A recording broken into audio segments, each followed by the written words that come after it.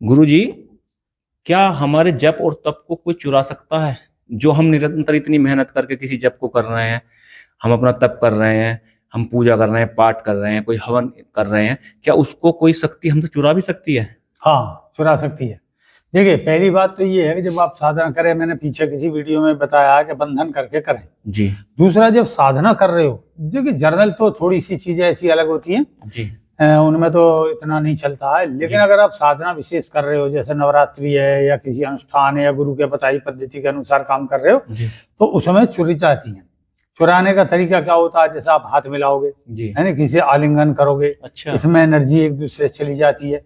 एक और होता है कि जैसे बहुत से बाबा जी माला बांट देते हैं, जी हैं कि ये माला जप लेना, फिर फकीर ने ताबीज दे दिया। तो माला में क्या होता है, जैसे मन के बनाए जाते हैं कि दूसरा, ऐसा तीसरा, पांचवा, सातवां, इस तरीके से मतलब मन के पढ़े दिए जाते हैं। जी तो जी जैसे जैसे आप पढ़ते चलोगे उन्हें, आप में से उसमें से जो आपकी एक माला है उसमें से अगर उसने 3 जप कर रखी तो 3% आपका गया अच्छा जब तक। और अगर जैसे ताबीज बांट देती जी या रतन दे देती कि भाई वो हकीक पत्थर दे दिया कि इसे पहन लो, जा बच्चा तेरा भला होगा, जी तो ये उनके निश्चित होती है कि 5 या 10 व्यक्ति को तुम ये हकीक पत्थर बांट देना, वो साधना करके आते हैं। जी तो उस हकीक पत्थर की वजह से है, जिसे हकीक पत्थर भी बोलती हैं, तो वो आपके माध्यम से जो आपने पहन रखी है, जिस भी उंगली में पहन रखा, जी उसी से संबंधित आपकी तप जप जो दान है वो उसको पहुंच जाएगा। अच्छा अच्छा ऐसा ट्रांसफर होता है। और दूसरा, इसलिए नहीं लेना चाहिए किसी को भी इस तरीके से। जी पौसे दे देते हैं, वो रुद्राक्ष दे देते जी हैं, जा बच्चा तेरा भला हो जाएगा, ऐसे पहन लियो, लोग बात डाल लेते हैं, पंचमुखी रुद्राक्ष है, जी शिव जी पे रख के ऐसा कर लेना, अरे पूजा पाठ बता दी इसमें ऐसा करेंगे। तो नतीजा क्या होता है कि आपने वो रुद्राक्ष पहना और वो जब तब आपका जाना शुरू। ठीक है। अच्छा, एक और दोष होते हैं कि स्वप्न से, जैसे आपने स्वप्न में अपना मंत्र किसी को बता दिया, ये स्वप्न में मंत्र दोष कहलाता है। जी या आपने बात चली और आपने मंत्र जो है सब ऐसे ही बता दिया, जी है नहीं, तो इस तरीके से मंत्र दोष लग जाता है ये। या आप मंत्र के आगे पीछे कोई संपूर्ण लगा रहे हैं और बिना गुरु आज्ञा के लगा रहे हैं, जी कि जैसे मान लो कोई मंत्र है तो उसमें एम एम एम एम ऐसे करके पढ़ा, जी तो उससे भी उसकी एनर्जी खराब हो जाती है, ये ध्यान रखें। तो इस तरीके से इन चीजों से बचें। अपनी जब तब जो आप कहोगे बाद में, अरे भगवान मैं तो आपकी इतनी जब तब कर रहा, मुझे तो कोई फल नहीं मिल रहा, तो ध्यान रखें कि नियम के अंतर्गत होता है। व्यायाम करोगे तो वो भी नियम के अंतर्गत है, दौड़ भाग कुछ भी करोगे, कोई भी व्यापार करोगे, सब नियम के अंतर्गत होता है। ऐसे ही पूजा पाठ भी नियम के अंतर्गत ही होती है, तभी सक्सेस होती है। तो जैसे आपने बताया कि जो हम ये जब तक करने वाले के लिए ये है, या किसी को भी नहीं लेने चाहिए? जैसे बहुत से गुरुजी दे देते हैं, कहीं किसी दरबार में जाओ तो कोई माला दे देते हैं, कोई कुछ दे देते हैं, तो मतलब वो सभी के लिए ये नियम लागू है या जब तक करने वाले के लिए नियम? देखिए, विशेष तो जब तक के लिए मालूम है। अच्छा। आप किसी ऐसी जगह जा रहे हो जहां आपको गुरु जानते हैं या साधक जो जानता है, लेकिन मेरा मान्यता ये है कि जो अपने देखने में आया गद्दी पे दरबार में, तो ये देखने में आया कि हर प्रकार से चुर जाती है चीज आपकी। तो मैं तो ये कहूंगा कि चाहे किसी भी जगह जाएं, ऐसे माला वगैरह ना लें, अपनी नई खरीदें, शोधन करें उसका, और उसके अनुसार फिर वो अपना पूजा पाठ करें। अच्छा, अगर ऐसी जब शोधन की बात आई है तो इसमें संक्षिप्त में अगर आप बता सकते हैं तो भाई, एक आम व्यक्ति अगर जब तक करना शुरू करे तो कैसे शोधन कर सकता है अपनी? देखिए, पहले जो माला ली है उसने, रुद्राक्ष की हो, जिस भी तरीके की, तुलसी की है, या तो आप उसे लेने के उपरांत पहले उसे गंगा जल से धोएं। जी। दूध गंगा जल इस तरीके से धोएं, पंचामृत करके उससे धोएं।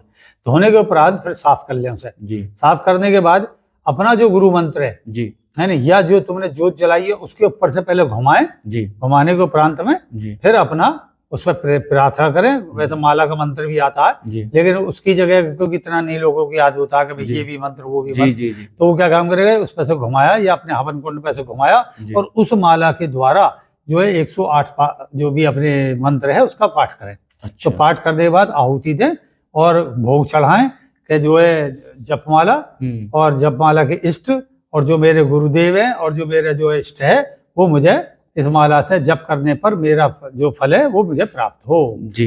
अच्छा, एक मैंने ऐसा भी सुना है कि ये तो आपने जब तक का बताया कि आम व्यक्ति की शक्ति को भी छीन लेते हैं। जैसे कि बता रहे थे कि एक जगह मैंने सुना था कि कोई लड़की थी या लड़का था, उसको किसी व्यक्ति ने बुलाया और उनसे कहा कि आप यहाँ बैठिए, और आप हवन में शामिल हुई है। तो उन्होंने सुना कि हवन है, वो हवन में बैठ गई।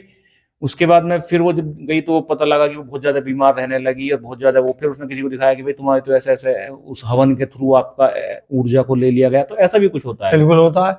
जैसे आपने आसन बिछाए, जी वो आसन पढ़े हुए होते हैं, जी, है नहीं, वो व्यक्ति अपने उसी अनुसार कि मुझे 5 आदमियों को बुला के उनकी पांचों की शक्ति अपना खींचनी है, जी तो पांचों जो है उस पर वो यंत्र बना देगा, या जो भी भभूति वगैरह छिड़कने के उपरांत में वशीकरण, ये जी। वशीकरण के अंतर्गत आता है। तो वशीकरण में क्या होगा, आप एकदम उसके वशीभूत हो जाओगे और आपकी एनर्जी जैसे जैसे वो मंत्र पढ़ेगा, तो आपको तो नहीं पता क्या पढ़ रहे हो, आपने कह दी अच्छा आपने अपने गुरु मंत्र पढ़ लो, अपने इष्ट का मंत्र कर लो, तो आप तो अपने इष्ट का मंत्र कर रहे हो, अपने गुरु मंत्र कर रहे हो, लेकिन उसमें से क्या है, क्योंकि वो अनुष्ठान करता अपने अंदर वशीकरण और उसे खींचने की विद्या, है नहीं, जानते हैं वो। हाँ उसको जानता है, और वो उन्हीं बीज मंत्रों को पढ़ता जा रहा, आपकी आहुति पढ़ती जा रही है, आपका तमाम तपोबल जप बल सब जो है उसके पास आता जा रहा। फिर आप जब जाओगे तो खाली होके गए वहां, और फिर उसने ऊपर से प्रसाद दे दिया, प्रसाद आपके अंदर चला गया। अब जब भी तुम कभी जब तब करोगे तो वो आपके अंदर आता रहेगा। तो बचने का क्या उपाय है इससे? बचने का उपाय ये है कि देखिए, अनावश्यक बहुत ज्यादा परिचित की बात छोड़ दो, अनुष्ठानों में ज्यादा ऐसे शामिल ना हो, है नहीं, केवल गुरु के में, अपने गुरु के में, या अपने ही किसी पंडित जी को बुलाकर या विद्वान व्यक्ति को बुलाकर अपने हित के हिसाब से अनुष्ठान कराएं। बाकी ऐसे कहीं भी जाके ना बैठे, ना ऐसा प्रसाद लें। चलिए, बहुत बहुत धन्यवाद, आपने इतनी उपयोगी जानकारी हमसे साझा की। और उम्मीद है कि जो हमारे दर्शक इस वीडियो को यहाँ तक देखते हुए पहुंचे होंगे, वो भी कहीं ना कहीं हमारे गुरुजी से जुड़ पाए होंगे।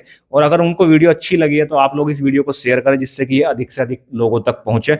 वीडियो को लाइक करें, इस पर आप कमेंट भी कर सकते हैं। अगर आपकी कोई समस्या है, कोई बात आप गुरुजी से पूछना चाहते हैं, तो आप कमेंट भी हमें कर सकते हैं। अगली वीडियो में हम उन कमेंट का जो है उत्तर देने की गुरुजी के माध्यम से आपको कोशिश करेंगे। इसी